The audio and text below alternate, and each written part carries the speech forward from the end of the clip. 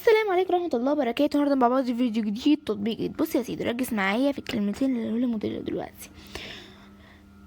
انا خايف عليك وعلى وقتك ومجهودك اللي بيضيعوا في الزحمة، والنفس البشرية بتقول بطبعها دايما بتدور على الراحة والامان، بس في نفس الوقت عندها فضول قاتل انها استنى. مش هقولك الجملة كلها دلوقتي، خليني اقولك في الاخر عشان تفضل مركز معايا كده في اللي هيفيدك بجد. احنا دلوقتي عايشين في عصر التطبيقات، يعني موبايل يعني في ايدك، ده مش بيسيبك. اللي فرجت على الفيديوهات والصور ده بقى مكتبة ومحفظتك ومشيتك اللي بتقضي عليك مصلحتك انت لابس بيجامة. التطبيقات دي سهلت علينا وعلى حياتنا كتير، بدل ما تنزل وتتبهدل في المواصلات عشان تدفع فاتورة او تحول قرشين، بتاخد زرار كل حاجة بتخلص. ومن اهم الحاجات دي لازم تكون معاك هو تطبيق BM Online بتاع بنك مصري. التطبيق ده وظيفته ببساطة انه يخلي البنك في جيبك. استخدامه سهل جدا، اول ما بتحمل بتسجل بياناتك برقم حسابك او بطاقتك، من خلاله تتبع رصيدك وتعرف فلوسك اللي دخلت واللي خرجت، تدفع فواتيرك وحتى تفتح شهادات استثمار ودائع وانت قاعد مكانك.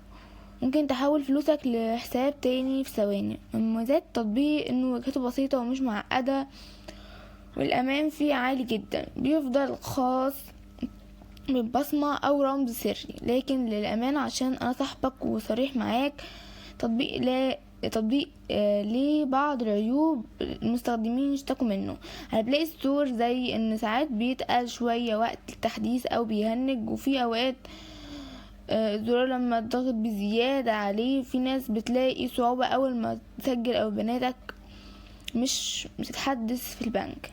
ولو بصينا على آراء المستخدمين هنلاقي غالبا بتقول ان انقذهم من طوابير البنك، بس في تعليقات بتطلب بتطور خدمة العملاء النقية وسريعة استجابة التطبيق على موبايلات.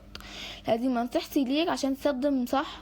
دايما حدث التطبيق لآخر نسخة، ما تحاولش من شبكة واي فاي عامة في اي كافيهات مثلا. خليك دايما على باقتك الخاصة عشان الامان.